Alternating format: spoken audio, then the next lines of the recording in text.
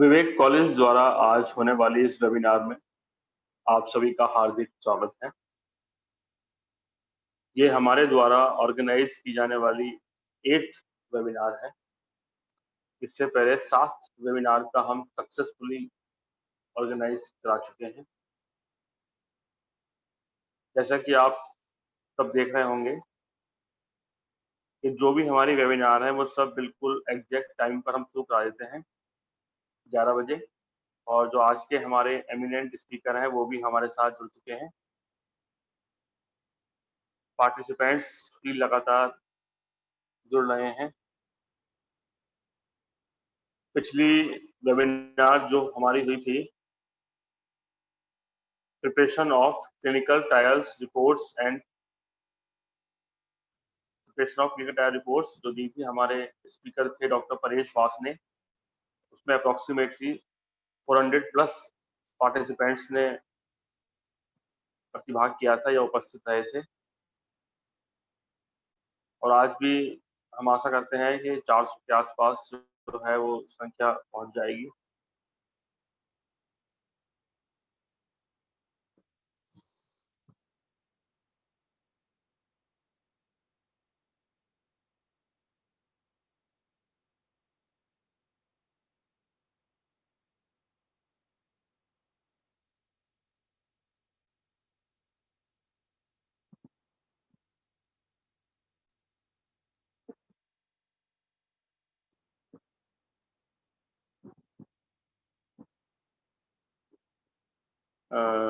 The time is 10:55, just 5 minutes to go to start the webinar. Please be with us. This will be a very informative session. I welcome Engineer Anupam Kumar.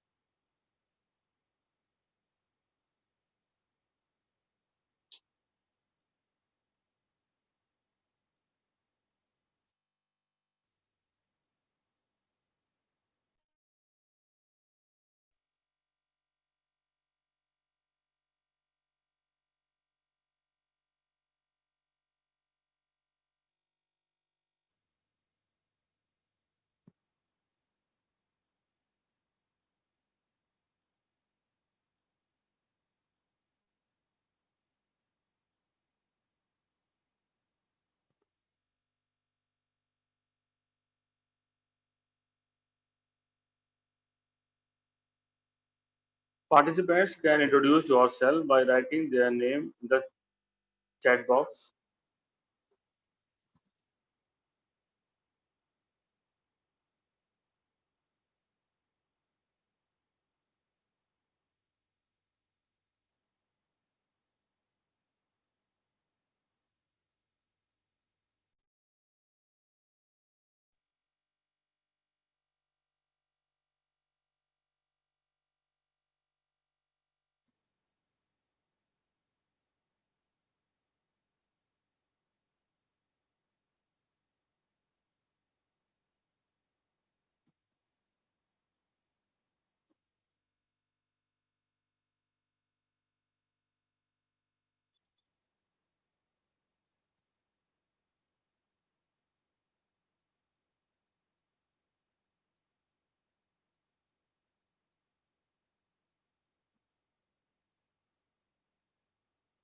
We are having Professor Uday Veer Singh Sara sir with us. Welcome, sir.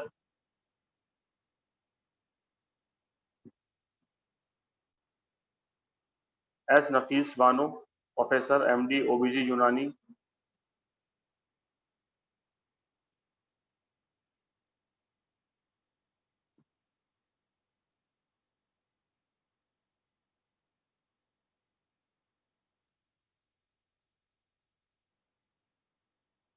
Shiva Yadav, lecturer, Prasad Institute of Technology, Jaunpur. I welcome Mr. Shiva Yadav.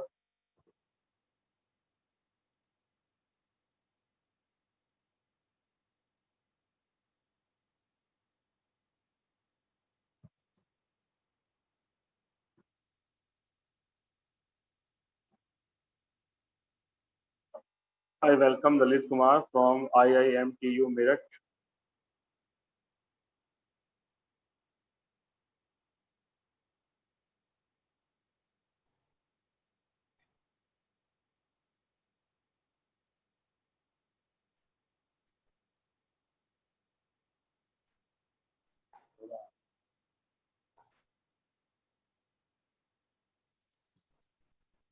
Welcome Guljar Alam. I also welcome Akhilesh Kumar. Professor Bajia Begum, स्वागत है. Guljar Alam from Kailash Institute of Pharmacy and Management, Gita Gorakhpur. Dr. Himanshu Pratap Singh. Arju Fatma, welcome ma'am. Vijaya Bhaskaran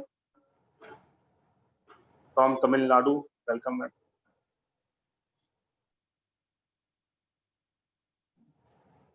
I welcome Sumbul Rahman.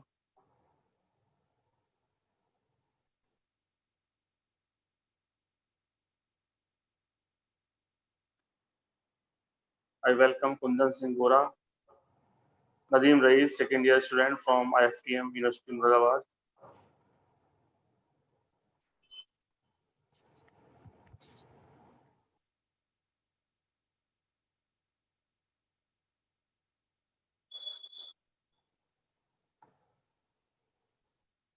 I welcome Saeedur Rahman, Saifullah Khan. Now time is 11 a.m. and we are going to start the webinar. A very good morning to all of you. Myself, Dr. Saurabh Sharma. I welcome you all in the 8th national webinar on the topic Standardization of Herbal Products, organized by Vivek College of Technical Education, Bijnor. I welcome our Chairman Sir, Secretary Sir, and Treasurer Sir to this national webinar. I welcome our today's eminent speaker, Dr. Amit Agarwal Sir, Director, National Remedies Private Limited, Bangalore. Our today's topic is standardization of herbal products. Herbal products are medication derived from plants. They are used as supplement to improve health and well-being. Herbal products are available as tablets, capsule, powders, and extract, etc. Our today's speaker will discuss the standardization process of herbal medicine. Now I request my colleague Dr. Rizwan Ahmed sir to introduce our today's speaker Dr. Amit Agarwal sir to the attendees. Dr. Sir, please introduce. Thank you, Dr. Saurabh Sharma sir, our pharmacy principal. I again welcome and express my regard to our honorable speaker, Dr. Amit Agarwal sir. Furthermore, I welcome and express my regard to our college management committee, Dr. Sri Amit Goel sir, chairman, secretary Sri Deepak Mittal sir, treasurer Sri D.K. Agarwal sir, and all principal of Vivek College. It is a great honor for me to introduce our honorable speaker, Dr. Amit Agarwal sir from Nature Remedy, Bangalore. He is with us right now. Even I do not have enough word to explain about Dr. Amit Agarwal sir, but as I am here to make him introduce to the audience by his biography that I have with me. Sir के बारे में कहना पूरा introduce कराना बहुत मुश्किल है, क्योंकि ये काम ऐसा है जैसे कि आसमान से तारे गिरना। तो सर एक ऐसी पर्सनैलिटी है जिनके बारे में जितना एक्सप्लेन करा जाए कमी है, लेकिन सर को एक्सप्लेन करने से पहले I one couplet for sir. अपनी एक जमीन अपना आका पैदा कर, तू अपने लिए एक नया इतिहास पैदा कर, मांगने से कम मिली मेरे लिए, तू अपने हर कदम पर विश्वास पैदा कर। Dr. Amit Agarwal sir is the director at Nature Remedy Private Limited. He obtained his master degree in pharmacology from University of UK and hold a PhD degree in pharmacology. He has over 29 years of experience in research and development of natural products. He has published about 110 research paper in various international and national journals, apart from 94 abstract in various proceedings and 22 books. He has granted 6 patents, which are active to his credit. He is the member of Herbal Product and Crude Drug Committee of Indian Pharmacopoeia Commission. He is the member of DBT Task Force on Medicine Plant and also the member in Project Screening Committee of National Medicine Plant Board. He is also the member of expert panel of the USP for herbal medicine and serve many other government department as a resource person. Before inviting respected Sri Amit Agarwal sir from Nature Remedy, I have one more couplet for sir.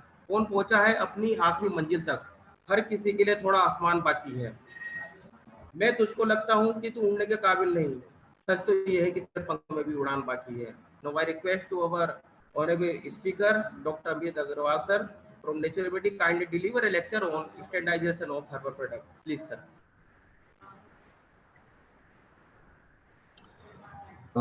Good morning to all of you. I wish to thank the organizers for giving me this chance to share my ideas on standardization of herbal products. I hope everybody can see my slides.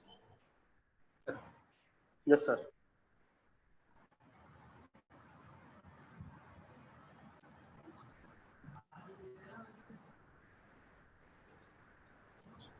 So I will start by briefly telling you about the structure of this talk.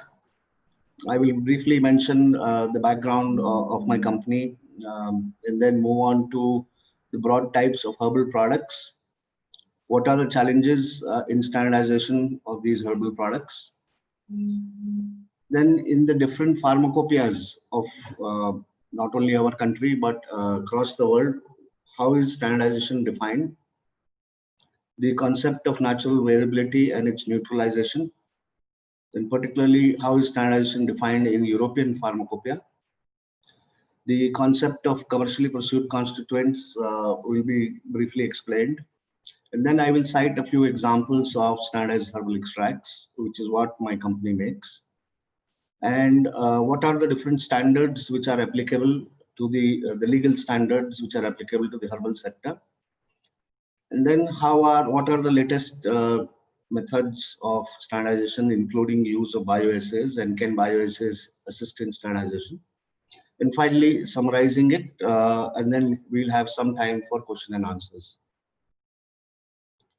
So just one slide about the company that I work with for the last 30 years. Nature Remedies is based in Bangalore. It is the largest manufacturer of Ayurvedic veterinary medicines and herbal feed supplements in our country. These products are mainly sold in domestic market. We manufacture standardized herbal extracts, and some of them are clinically validated. Many of them are patented, and these are mainly exported as dietary ingredients for making dietary supplements. Then, as you are aware, for standardization, we require pure compounds for chromatographic purposes. So we also make those. So we make primary phytochemical reference standards, reference substances, which have been isolated, characterized, and purified from Indian plants, and they are sold as laboratory chemicals. Our lab is also NABL accredited. It holds the GLP certification also. And we do a lot of specialized molecular pharmacology and contractual research services. Very recently, I have started a new company called Herbal Private Limited, which is engaged in manufacture of certified organic standardized botanical powders and tea bag cuts. These are ingredients which go to the herbal tea sector. I am not a chemist, I must say that up front, and I'm a pharmacologist by education. But in the last 30 years of my experience, I have had some insights about standardization, which is what I would be sharing with you today. So looking at the broad types of herbal products, including the herbal intermediates. So first and the simplest is the herbal raw material. which is used for manufacture of herbal products. And quite a bit of herbal raw material as such gets exported from our country all across the world. And then you have slightly processed forms of herbal raw material, one of which is what I do, and that is botanical powders and tea bag cuts. These are simple value-added forms of the raw material.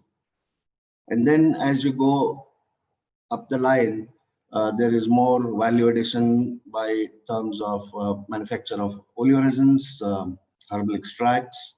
Standardized herbal extracts are also made by natural remedies. And then the next step would be to characterize and purify specific compounds. One very popular example is curcumin from turmeric or piperine from black pepper. These are purified compounds which are used in the nutraceutical sector, or some of them occasionally are used as active pharmaceutical ingredients for making conventional allopathic medicine. And but all these forms, starting from the raw material right up to the phytochemicals, are what I call as B2B forms of business, which is business to business. They're not meant for direct consumers.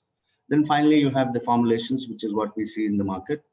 And these could be single ingredient formulations or polyherbal formulations, meaning which has number of herbal constituents, which may be in the market as food or drugs or as herbal cosmetics or even FMCG products. This last type are all B2C, that is business to consumer products. And quite logically, they are governed by a series of regulations. You would hear perhaps in many seminars and including webinars, lots of terminologies which are similar, but they're not the same. There is subtle difference in each of these terms. In the US, the most commonly used term is dietary supplements or functional foods. Dietary ingredients are just ingredients, they are not finished products.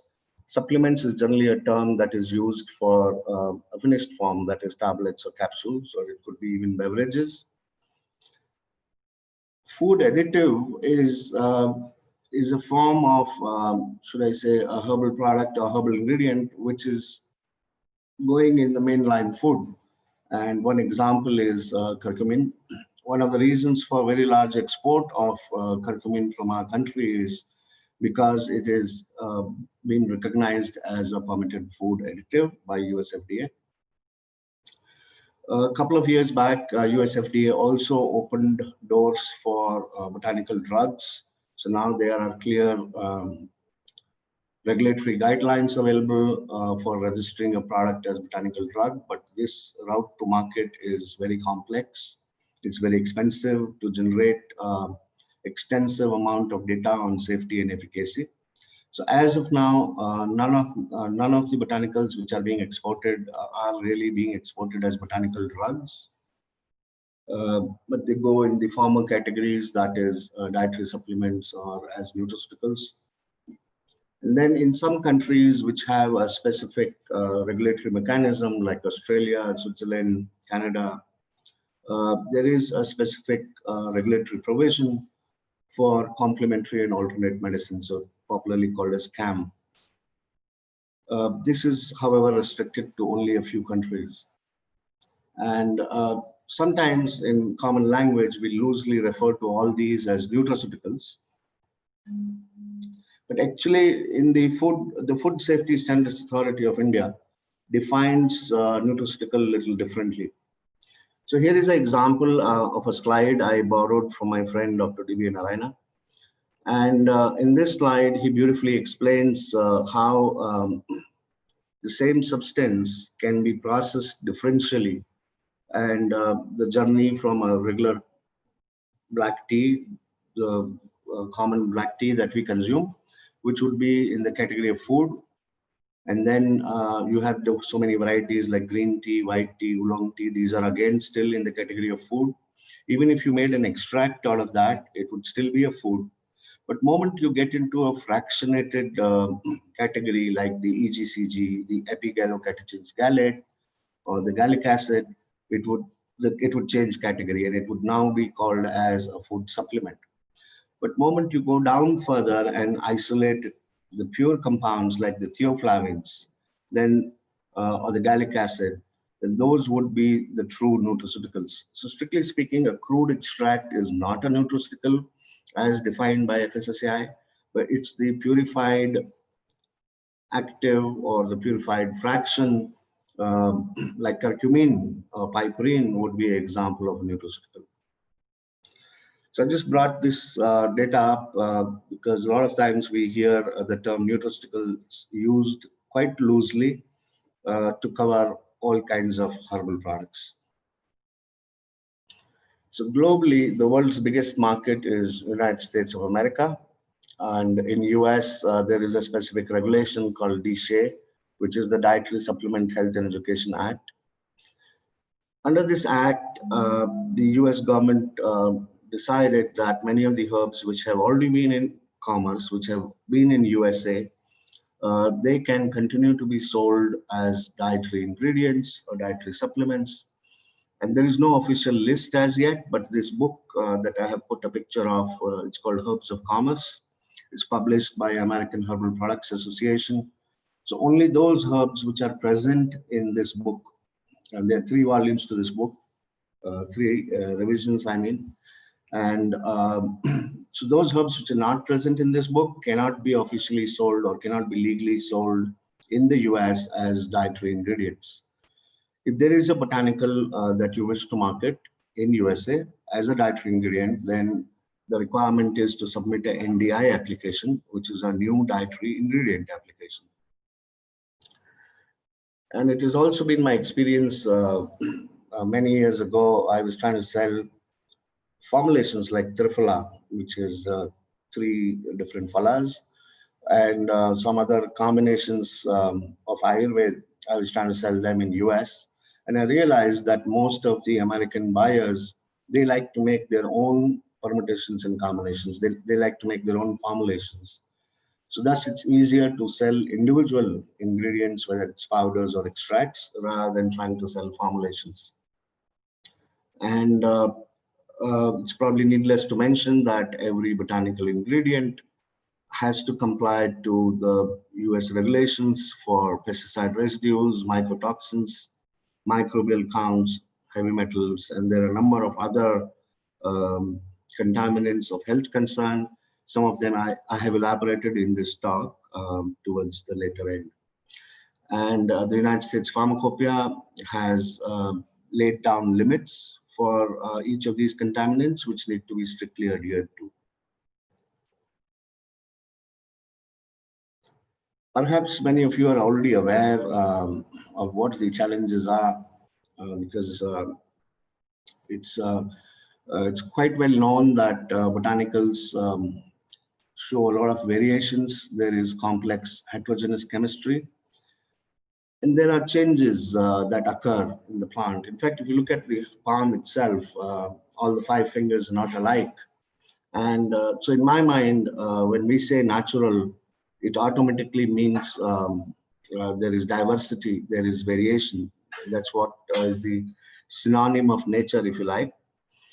So botanicals are known to show difference in chemistry because of the age of the plant.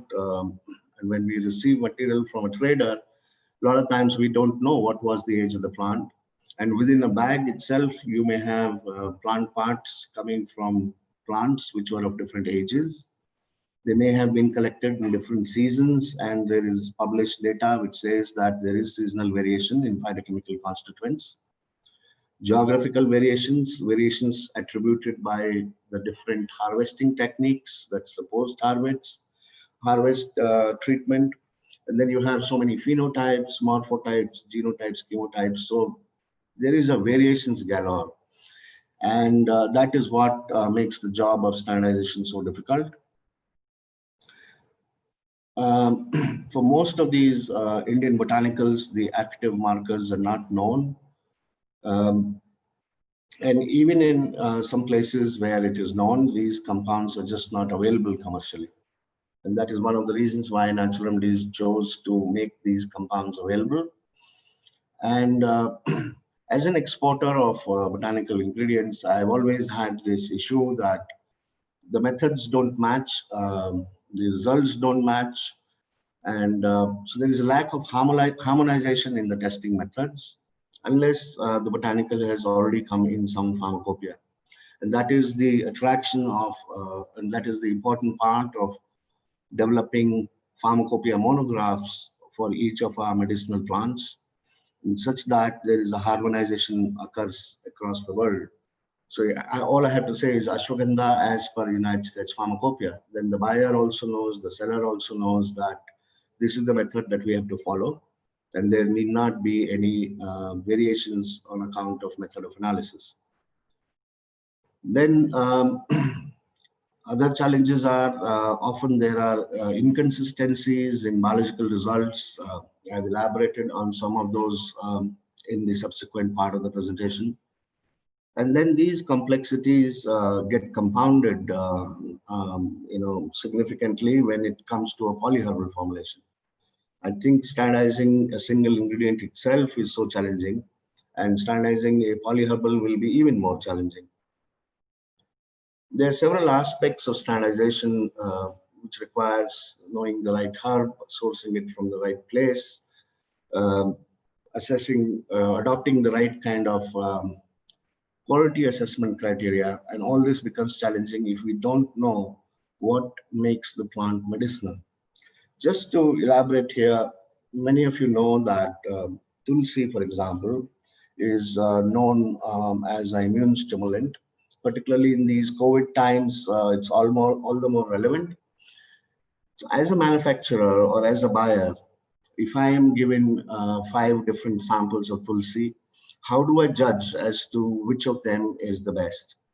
And to know this, it is important, and particularly if I'm using it for immune stimulation purposes, it's important for me to know what constituents of tulsi are responsible for pepping up the immune system. Till I have that information, I cannot really put those samples to test, or I don't know what to look for when I'm testing those samples. So unfortunately, a large number of medicinal plants still continue to fall in this bracket where we don't really know what to look for when we do quality assessment. So moving on to the different definitions of standardization, the one which I particularly liked was the one published by DSC, which is the Dietary Supplement Compendium of the United States Pharmacopoeia. And they say that standardization is achieved by reducing the inherent variation that is known to occur in nature. And this is done by applying quality assurance practices to not only manufacturing, but it starts right up from the agriculture. Then if you look at how is standardization defined as per IP, the Indian Pharmacopoeia makes an indirect mention that standardized powdered extracts are adjusted. If you notice, I have kind of emphasized on the word adjusted to the defined content of constituents using suitable inert material or a powdered extract of the plant matter used for preparation. So a lot of emphasis is given around the word adjusted, and that is what I've explained in subsequent slides. So for a minute, just moving away from the definition and first looking at, okay, in a typical botanical, how many different compounds are we talking about? So there is a publication in Journal of Ethnopharmacology I found in the year 2005, where the authors have estimated that there are perhaps as many as 30,000 compounds that are present in any plant pot. So if we are talking of an extract, which is, let's say, made with a 10% yield, 10% of 30,000 would be about 3,000 compounds. So when we look at even a single extract, it is such a complex mixture of so many phytocompounds. I will come back to the definition of standardization after I bring in this context. So as I was saying, nature is all about variability. And even from a single apple tree, even if you closely observe 2 apples, they may be similar, but they are not going to be exactly same. There will be some variation or some differences even within apples coming from a single apple tree. So how I look at standardization is in a very crude way, if I may put it, like a UPS or a voltage stabilizer, where the left side you see the natural variability, which is the peaks and troughs, like you see often with the supply of the electricity board. And then what is the function of the stabilizer is it neutralizes that variation and brings it down to a very narrow level. It brings it down to a level by which a manufacturer can ensure consistency in efficacy and safety.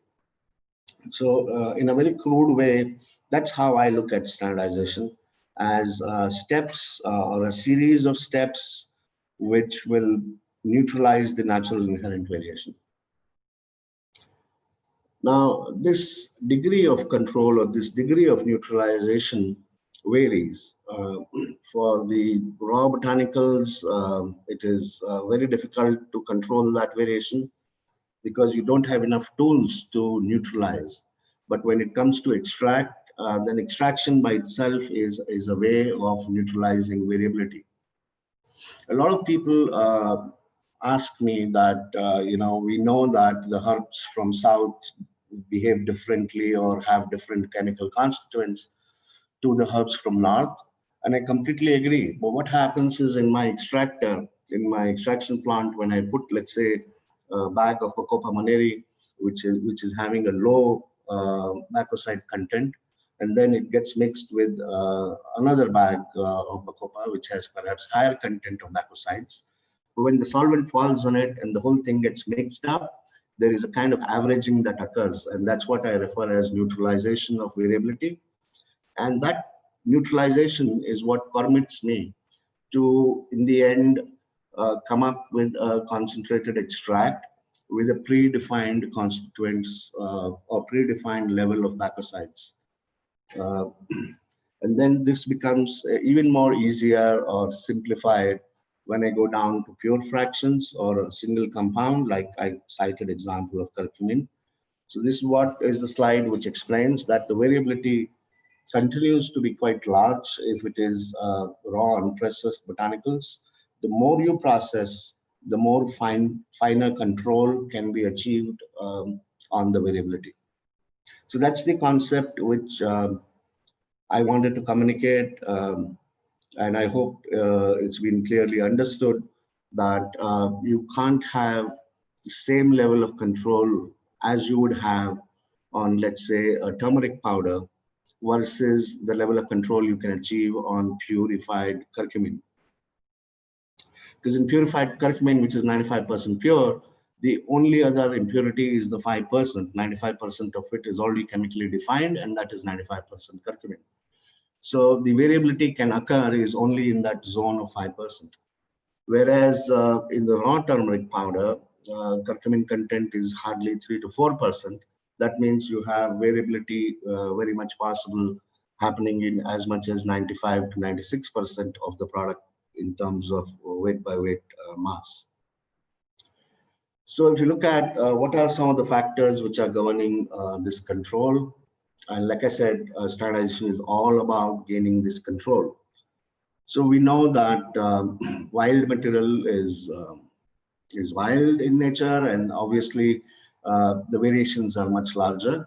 So if your aim is to standardize, it's a good idea to start cultivating that botanical, because from a cultivated source, where the herb has been grown from a known and uniform seed supply, then the variability can be controlled to quite some extent.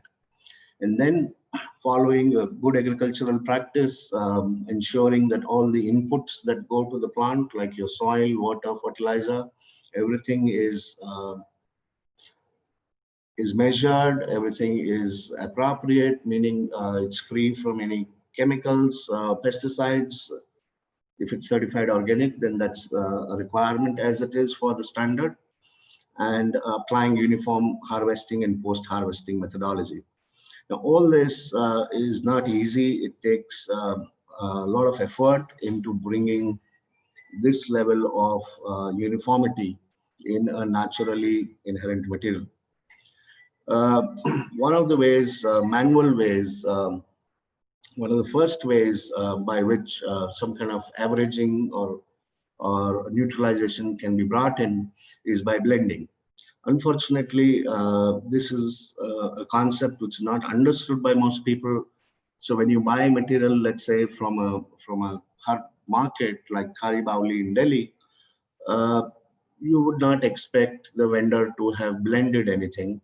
And there will be, if you buy 10 tons, you can be pretty sure that that 10 tons is not homogeneous. There is a built-in heterogeneity, and that's why your sampling plan becomes so challenging. You could have an accidental pass or a fail decision because nobody has blended it to make it uniform. And it's generally after thorough testing of the different bags that blending can be done of lots which are coming from either the same farmer or farmers of a particular area. And if there is similarity, then you could even mix it with material coming from different geographies or collected in different seasons.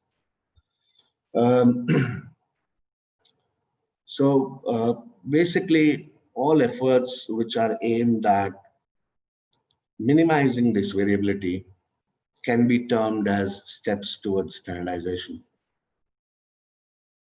So, like I just mentioned this point that blending delivers only a limited degree of control, and in extraction, you can achieve a far greater control.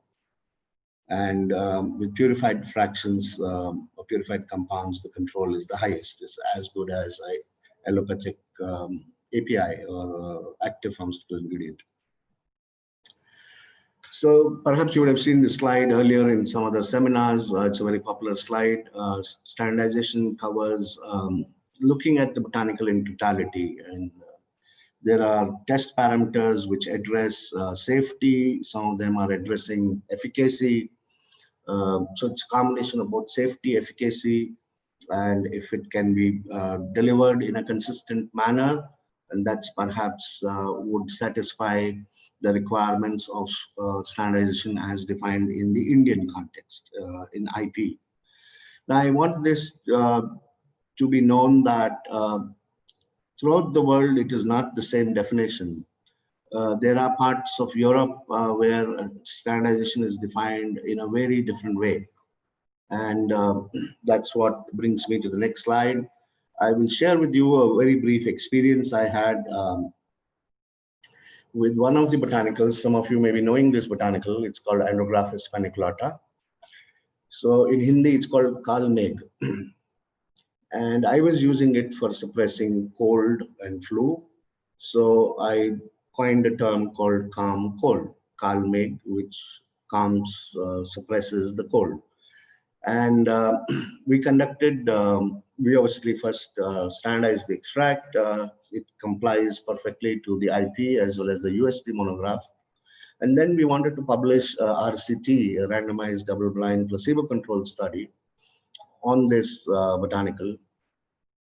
So we approached a reputed European journal, and the review committee, it went through a peer review process, and they agreed to publish the paper, but on one condition, that we should not use the word standardized. Now that kind of surprised me, because this was the level of standardization we had achieved. We had isolated 7 different compounds, characterized all of them, and then we had performed chemometrics and shown that there is close to 99% reproducibility batch after batch. But yet the journal was insisting that we should drop the word standardized as a prefix to calm cold. And that's when I started to dig deep and understand what is the reason as to why do they object to the word standardized. And that's how it was published in this journal, Phytomedicine, which is a European journal, but it was published only as an extract of Andrographis paniculata for upper respiratory tract infection. So we had to delete the word standardized as a prefix, simply because the European Union or the European Pharmacopoeia has chosen to define standardization in a very different way.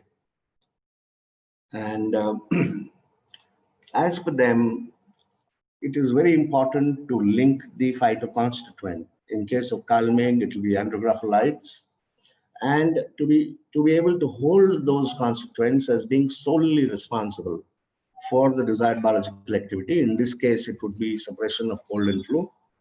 So since I did not have that part of information available, I had to reluctantly agree to not call this botanical extract as standardized, though it very well fulfills the definition of standardization in Indian context as well as in the United States of America.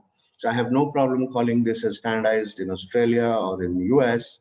It's only in Europe that they would not agree uh, to the word standardized unless there is a very clear linking. Or example cited was for Senna, saying in case of Cassia angustifolia, now known as Senna alexandriana, that it's the senosides which are responsible for the biological effect, and nothing else is there in that botanical which gives it that effect. And this could be shown either by isolating the compound and then doing biological studies, or by preparing an extract which is free from that compound specifically, and then showing that, look, there is no activity in that extract if this compound is not there. So I thought why this could be important is, as per the EP definition, apart from Senna, perhaps there is no other Indian botanical, even the well-studied Ashwagandha, Amla, Tulsi, none of our botanicals will qualify or would satisfy the requirements of standardization as per EP. And I thought young researchers like the ones listening to this talk today should probably make a note of this. And in the years to come, there has to be a change in the natural product research that has been happening in our country. We need to find ways of making clear links or establishing sort of clear connects between the phytoconstituents and their biological effects. I mean, Hindus have been worshipping Tulsi for so many years. We believe it's an excellent medicinal plant, but till date, we don't know what constituents of Tulsi make it medicinal. So if you were to go to 10 different companies and you would ask them as to how you assess quality of Tulsi, chances are that you will get 10 different answers. It means each person is trying to standardize or trying to assess the quality in his or her own way. So that's why once this linking occurs, and some papers get published on that, then that paves way to get a standardized status even in the EU. So the EMEA, the European Medicine Agency, has basically made 3 different types of extracts or herbal preparations, if you like. So the first one is Senna, where I cited the standard extracts, where I cited the example of Senna. And then you have what they call as quantified herbal substances or quantified herbal extracts. The quantified refers to how many compounds you are able to measure. So even if you can measure 100 compounds and you have LCMS or GCMS data to support the quantification you have done, it would only mean that the extract is well analyzed or it is well quantified.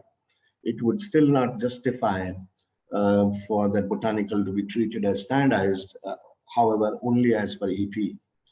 So that's examples I've cited is extracts of well-studied St. John's wort, or from China you have ginkgo biloba, from India you have ashwagandha. So none of these would qualify as standardized because we have not yet identified the constituents.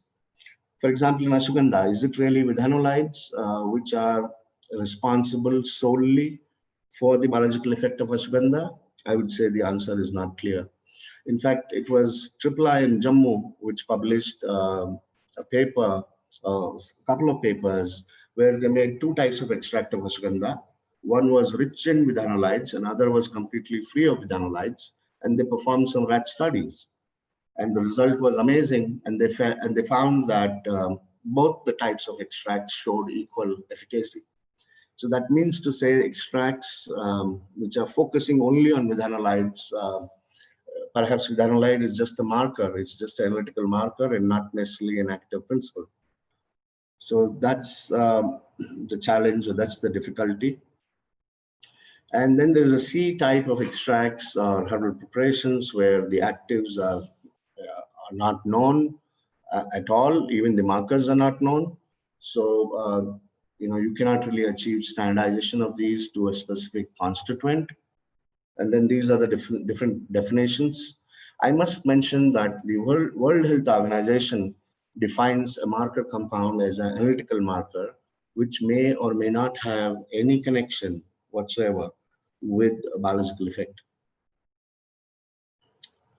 So I came up with this term called commercially pursued constituents. Whether right or wrong, scientific or not scientific, but fact of the matter is that in the international commerce, there are people who believe that vidhanolides are important. So you could make a vidhania extract, which is standardized to 1.5% total vidhanolides, or 2.5%, or 5%, or higher. And what is clear is as the percentage of these constituents go up, the cost of the material goes up.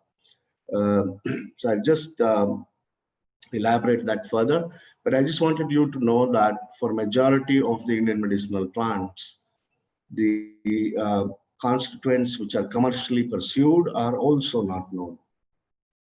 So I would say maybe the ratio is 90-10, that for 90% of the medicinal plants, we don't know what attributes value, and it's only in 10% of the botanicals perhaps. There is no published citation for this.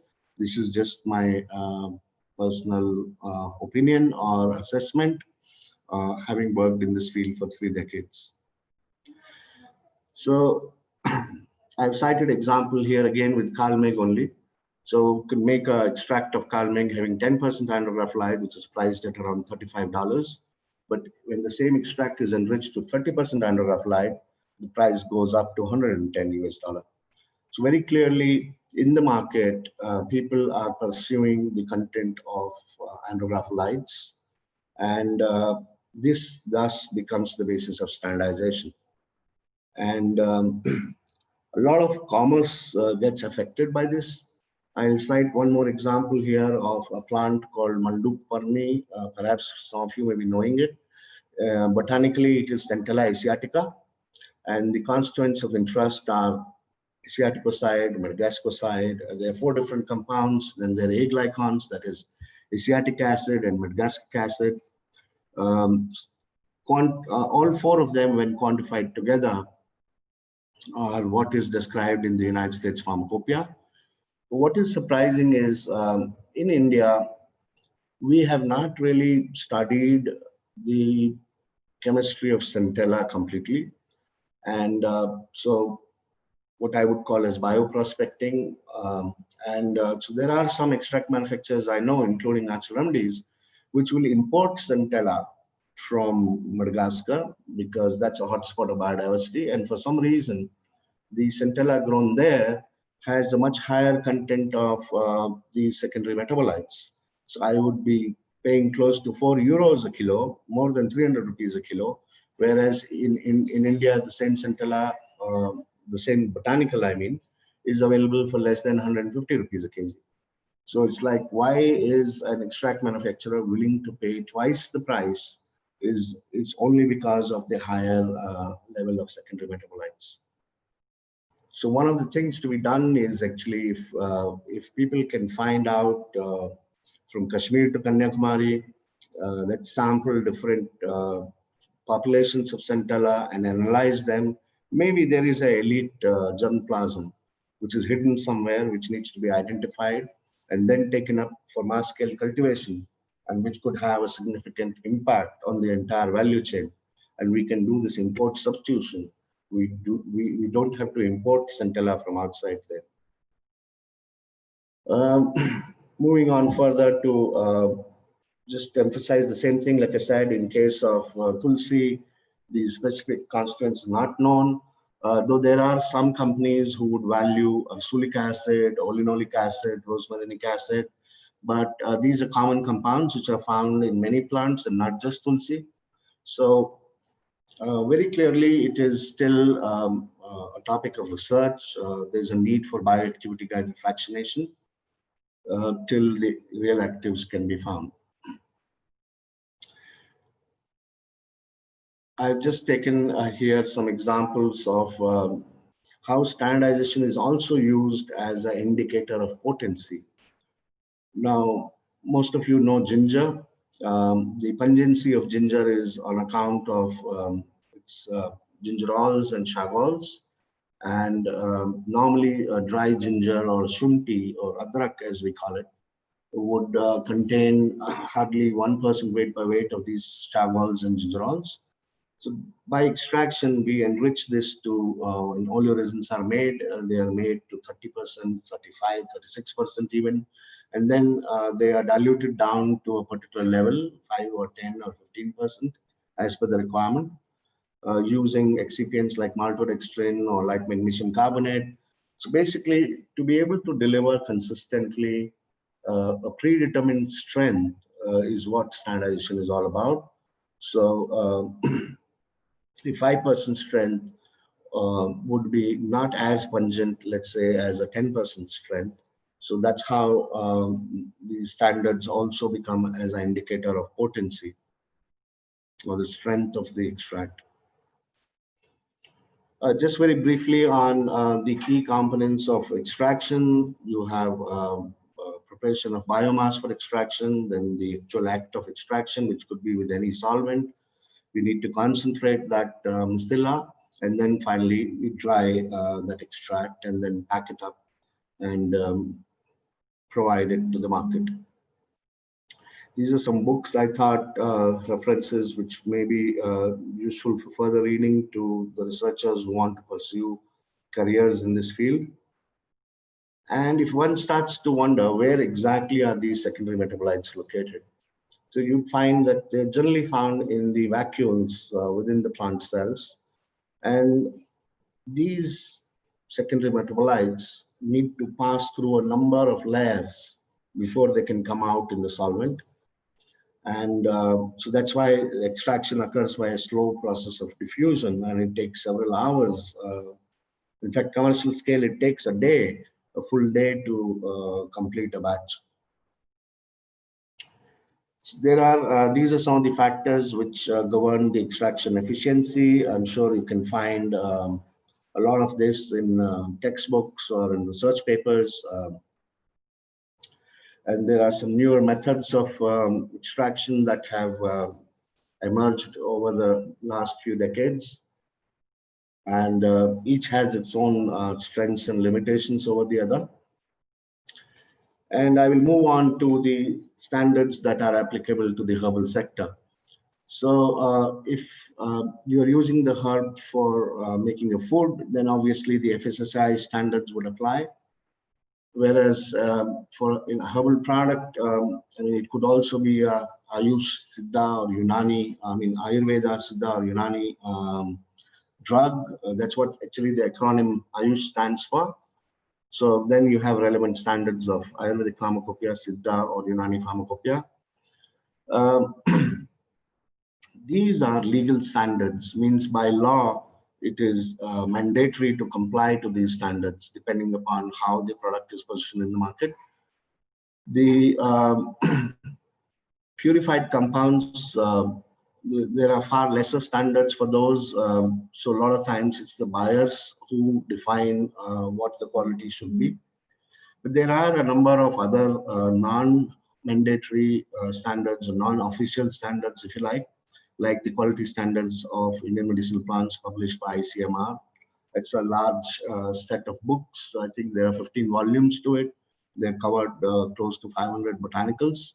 Then you have Indian Herbal Pharmacopoeia or the Bureau of Indian Standards set of standards which are available for many spices. Or you have the international standards like the DSC, the BP, EP, and so many others. Some of them are official and some are non-official.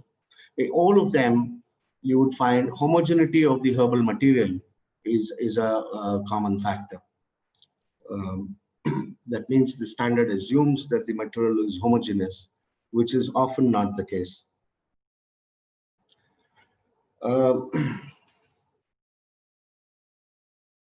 I would just briefly mention about the increasing complexities as an exporter. When I'm trying to sell botanical extracts across the world, I get a lot of times demands for additional testing, where buyers are asking for, let's say, plasticizers, which are phthalates, or dioxins, polyaromatic hydrocarbons. There is, every year we come across a new demand, a new analytical test, which needs to be mastered to ensure that the botanical is free from those contaminants or those concerns for health. And there are very few labs in our country which can do all these tests.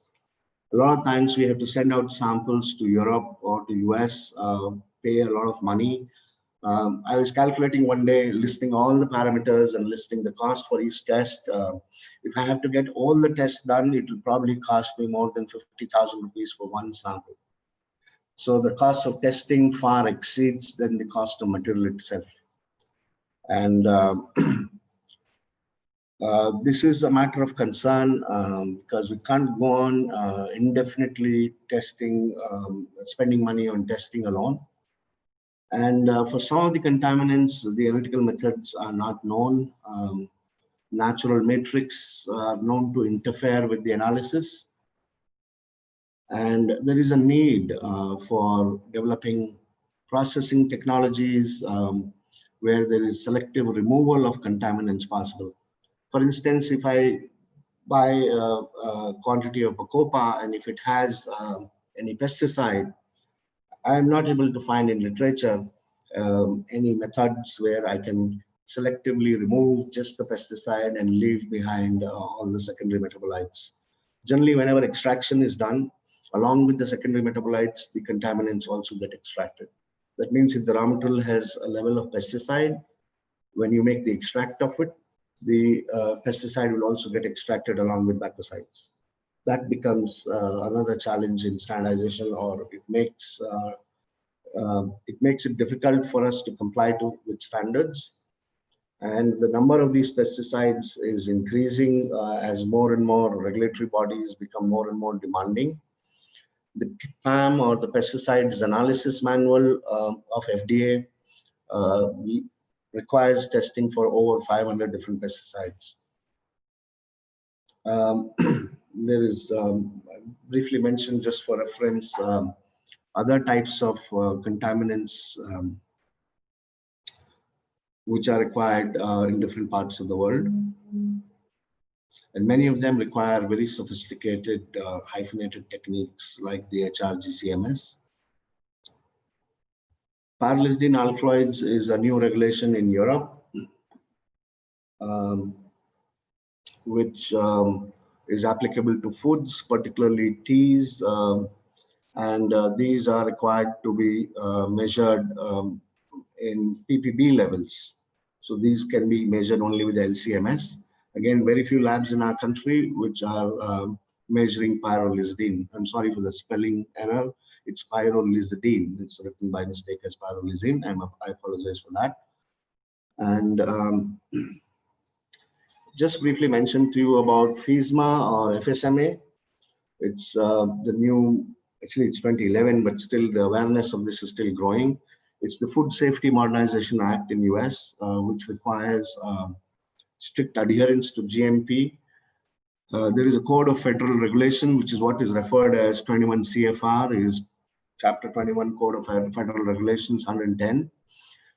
So under FISMA, this was revised recently to 21 CFR 117, which is basically like a HACCP or HACCP only, but it is more focused on risk-based preventive controls.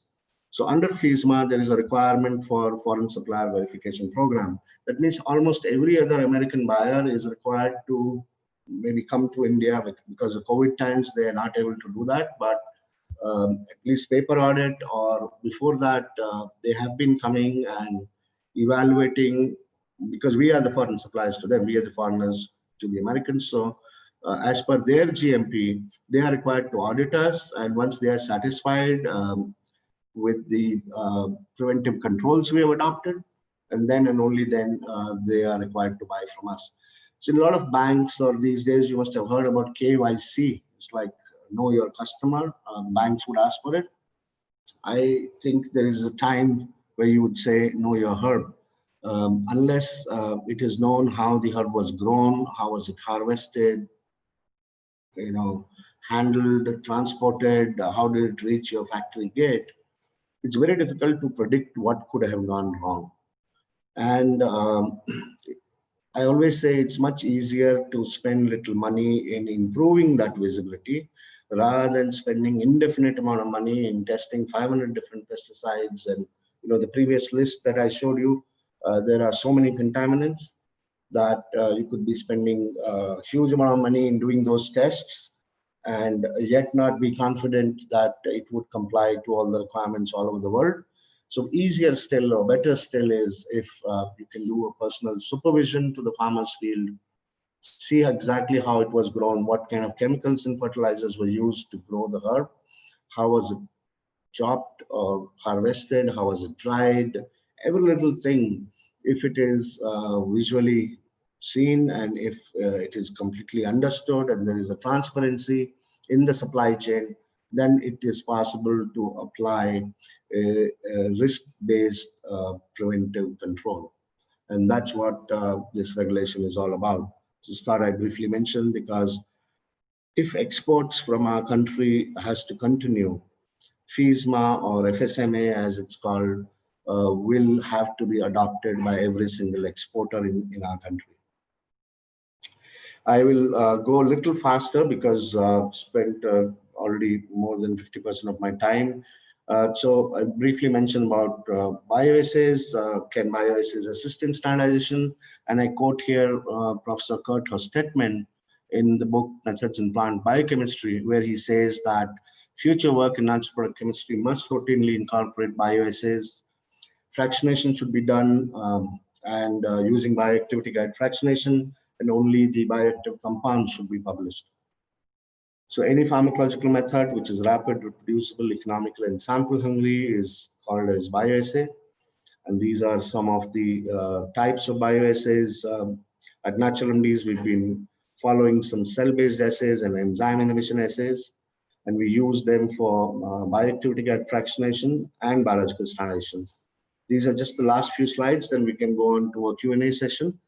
I will just give you an example of how we did bioactivity guide fractionation of a plant called Gokshura, or Tribulus terrestris fruit, actually here in this case whole plant. So we fractionate the botanical with solvents of increasing polarity. We were using a Caenorhabditis elegans model, which mimics enthelmintic activity. And then we found that there is a compound in Tribulus called tribulosin, which is responsible, which has a strong ED50 in the CREM assay. And then with this, at the end of this, what we concluded was Gokshura is used as crimigna. Crimigna is something which will kill the worms. So if you were using Gokshura for this purpose, then maybe you should be measuring tribulosin, because tribulosin is, if not the only active principle, is at least one of the active principles of Tribulus. And then this is another botanical called Salacia, Salacia oblonga extract. The active compound is salacinol, but unfortunately, it's not available commercially anywhere on earth. I tried for many years to purchase it. I could not purchase it. So I could not do chemical standardization because I have all the machines, HPLCs, GCs, HPTLCs, but if I don't have the reference standard, I cannot do a chemical assay. So I adopted to biological assay, which is what I've cited here, and I was doing aldolase inhibition assay. So I could lay down a UCL, which is an upper control limit, and a LCL, a lower control limit. By the way, all these different batches you see on the screen here, they're all made with as per a single specific SOP, but yet you see variability in the IC50 value. which could be from 30 to 70 mcg, because that's inherent variation. But if the variation is within a acceptable band, like the UCL and the LCL shown here, it could still be acceptable for making a herbal product which has a predictable efficacy. A lot of what I said on the use of bioassays is captured in this publication. Those of you who would like to read further on this can obtain this article, or if you just mail it to me, I'd be happy to provide a copy. This summarizes all the different methods that have been known to mankind on utilizing in vitro pharmacology assays for assessment of botanicals. So finally, this is my last slide. The take-home message, I would say that standardization is essential for ensuring safety and efficacy of herbal products. And it is not just a job of a chemist. It requires a multidisciplinary approach. I often say that analysis reveals the quality. Analysis doesn't build the quality into the product. So if I'm making garbage, the analysis will show me that, yes, you are making garbage. So it's like analysis alone is often confused as standardization. So I wanted to emphasize that point, that analysis does not guarantee safety, efficacy, or consistency. It is just like lifting the curtain from the eyes, and then it's just revealing whatever the quality of your product is. So then how does one ensure quality? Is by a process of standardization, which is, it covers all activities starting from seed up to the shelf with an aim to deliver quality. And it needs to be built into the process, whether it's the process of how to sow the herb, how to irrigate it, everything, and how to harvest it, how do you store it, how you extract it, everything. So all the processes put together, which will ensure safety and efficacy and guarantee consistency, can be summarized as standardization. So it should never be confused as a mere elaborate analysis using a sophisticated machine, which is what I often find is happening in our country, that people confuse detailed analysis with standardization. So this is all that I had to share today. I would be happy to take any questions. Yes, sir. So we have some questions. The first question is, herbal medicine is always safe? Is herbal medicine is always safe? No, I would like to respond it as a no. There is no guarantee that herbal medicine is always safe. There are examples where if it is not standardized, if it has not been manufactured carefully, lots of things can go wrong. But overall, the belief is that herbal products, our body, human body, is more equipped to deal with that xenobiotic or with the consumption of herbal products. So it has lesser, relatively speaking, lesser side effects. This is all I would say. So next question is if any herb is partially adulterated, then how it can be standardized? If the knowledge exists as to with what it has been adulterated, and what is the nature of that adulterant, is it something which is dangerous for consumption, then in such a case, it has to be rejected. There is no way to fix that lot of that material. It has to be thrown away only. But if the adulterant, like I said, it all depends upon the nature of adulterant. If it is something which can be rectified by, let's say, washing the herb, if it is the adulterant of a herb, getting rid of the contaminant. If it is only microbes which are present, then perhaps it could be steam sterilized. So this is a little general question which is difficult to answer unless it is clearly known as to which is the adulterant. So next question is from Bhavishya Dumra. How do chemotype of herbal variation affect the method of herbal drug standardization? Sorry, I have not understood. I am repeating. How do chemotype herbal variations affect the method of herbal drug standardization? Okay, how do chemotypic variations affect the method of standardization? Yes, sir. Actually, there are very few botanicals that I have come across with known chemotypes. A lot of times, industry is not even aware thoroughly of the different chemotypes. But I just take example of ashwagandha. I know that there are people say there are 3 different chemotypes, but it all depends upon what is that I am looking for. So I know I look for vithanolides, total vithanolides in the ashwagandha that I buy. So for me, it doesn't really matter so much whether it is of this chemotype or that chemotype or this genotype, that genotype, as long as it is a genuine ashwagandha, as long as it has the required level of ethanolides, I would buy it and I would extract it and make a uniform extract of ashwagandha, irrespective of the chemotype. So I would say, unless it is important and your nature of research is to study the variation within the chemotype, perhaps you can ignore this chemotype aspect unless there is a specific chemotype which is known to be toxic or produce some compounds which are undesirable. So next question is difference between evaluation and standardization of herbal drug. What is the difference between evaluation or standardization of herbal drug? Evaluation is a general term.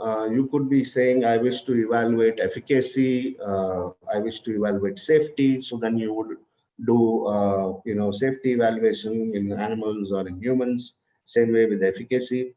In standardization is a term you would use for ensuring, uh, should I say, consistency, uh, checking for contaminants to ensure safety, uh, checking for actives, markers to ensure efficacy. So these are quite different things. And so general evaluation is investigation of a herbal drug with an aim to find its efficacy, safety.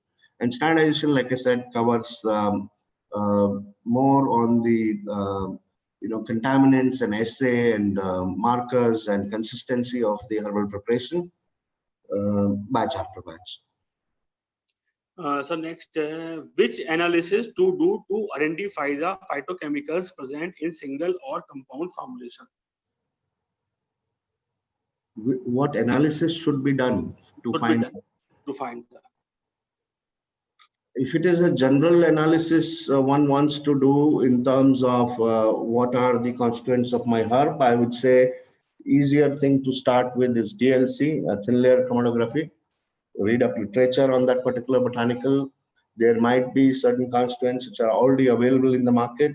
Uh, so if you want to do comparison, then maybe it's a good idea to buy some of those constituents. Um, Otherwise, for quantification, HPLC is the most appropriate method. Investigative type of exploration could be done even with the HPTLC, thin layer chromatography, and TLC, HPTLC, I would say, are the easiest to follow. So next, what is bioassay? Okay. Bioassay is a simple pharmacological method, preferably in vitro, which which you can do. For instance, I took an example of Salacia. It is inhibiting alpha amylase in the human gut. So I can set up a bioassay where I can test for alpha amylase inhibition in a test tube or a petri dish. If I am not able to measure salacinol in Salacia because salacinol reference standard is not available. So it assists the chemical analysis. So a simple pharmacological method is a bioassay in short. So is there any natural preservative available? Not to my knowledge. I am not aware of approved natural preservative, but some food preservatives, like people say, vinegar से भी preservation होता है. So to that extent, I can say कि उसी तरह के preservatives मुझे मालूम है. लेकिन कोई सिंगल मॉलिक्यूल जो कि प्रिजर्वेटिव की तरह से लाइसेंस्ड है या अप्रूव्ड है, मुझे उसकी जानकारी नहीं है। Thank you very much sir, आपने सारे क्वेश्चंस का आंसर दिया, थैंक यू वेरी मच। और हमारे कहने पर आपने अपना प्रीशियस टाइम हमारे वेबिनार को दिया। Thank you very much sir for giving us your precious time. It was a very informative session. I think all the attendants will enjoy it a lot. Thank you sir.